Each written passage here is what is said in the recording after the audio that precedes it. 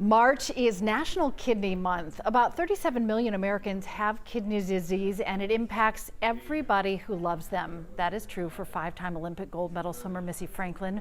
Missy graduated from UGA, trained with legendary coach Jack Bowerly before he retired, and Missy's family is one of the many lives touched by kidney disease. So happy to see you, Missy. Thanks for the time. Of course, it always means the world getting to talk to you, Cheryl. Thank you so much for having me. Missy, we've known each other a very long time, and something that's always been central in your life and your happiness is that close relationship that you have with your parents.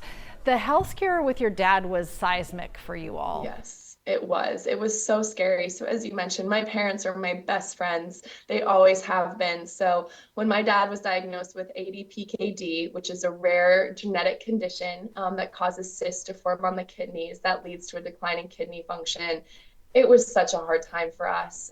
It was hard on my mom, who was his primary caregiver. It was hard on me as his daughter.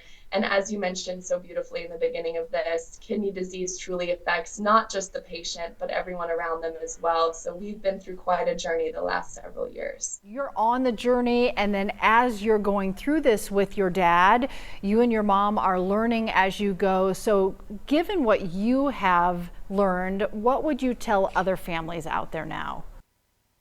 Absolutely. Well, we all learned so much going through this, but I think I began to truly understand how important disease education is for those who may be affected by ADPKD or another kidney disease, but understanding the hereditary nature of it, knowing that every child of a parent that has ADPKD has a 50% chance of getting it as well.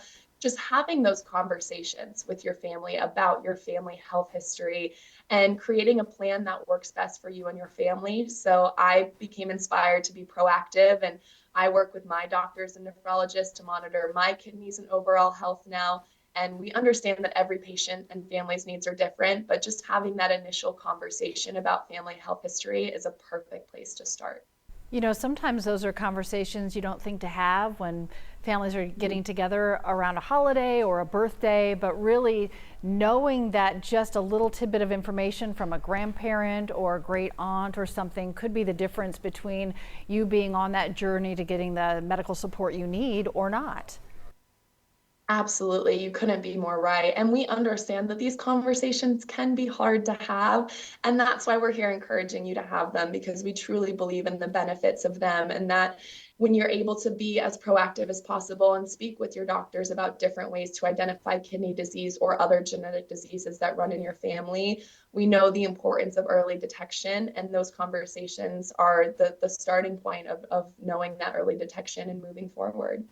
You're also very vocal about your appreciation for those who choose to be donors. Your dad had a kidney transplant, doing very well now. Yes, thank you so much. He is. So in August of 2022, my dad successfully underwent transplant surgery. We searched for months for a living organ donor because the organ donor transplant list can be years of waiting. And so we reached out to our communities. And Cheryl, the best part of this story, which is still so surreal to me, is it was the day of the surgery that we learned that my dad's living kidney donor was another Olympic gold medalist in swimming. Her name is Preheim, and she saved my dad and gave us the gift of time, which is the greatest gift you could ever give. And both my father and Chrissy are doing so well. And now Chrissy is a part of our family. There are simply no odds that that would happen, and your two lives would intersect in that way. Incredible.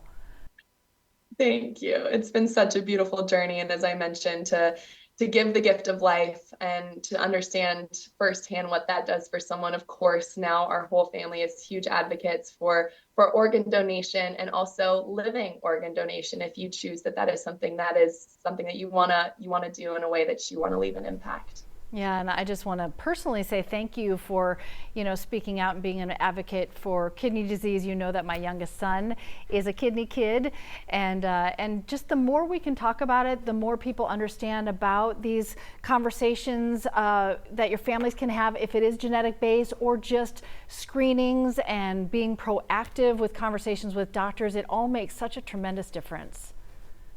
It does such a big difference. And we also have an amazing resource for everyone listening to.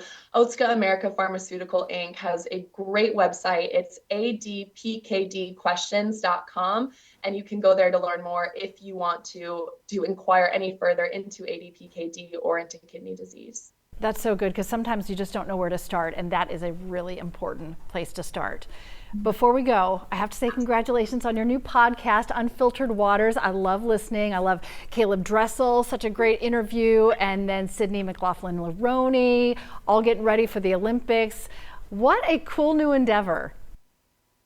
It has been so fun. And I want to say thank you to you because I remember you were one of the first people I wanted to call and say, you have been my idol for so long. I look up to you so much for what you do. Now I'm on your side of it where I'm giving the interview. Please impart any wisdom on me that you can because it has been an amazing journey. Both my fellow co-host Katie Hoff and we've always been on the other side of the interview. So now to be the ones doing the interviewing, but also bringing our own experience to meet with the athletes that we have on has just been so special. And hearing their stories and their vulnerabilities and sharing their ups and downs throughout their career has just been so powerful. And it's something that we have been so excited about and that we can't wait to continue pursuing further.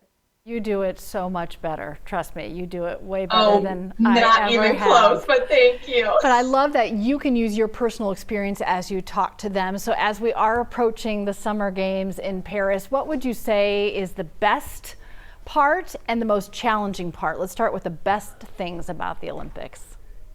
Yes, so the best part about the Olympics, hands down, is just representing your country at an Olympic Games. There is no better feeling than knowing you have reached the pinnacle of your sport and that you have that American flag, for me, on your cap, and you're going out there and every time you hit the pool, you're representing something that's so much bigger than yourself. It is so powerful.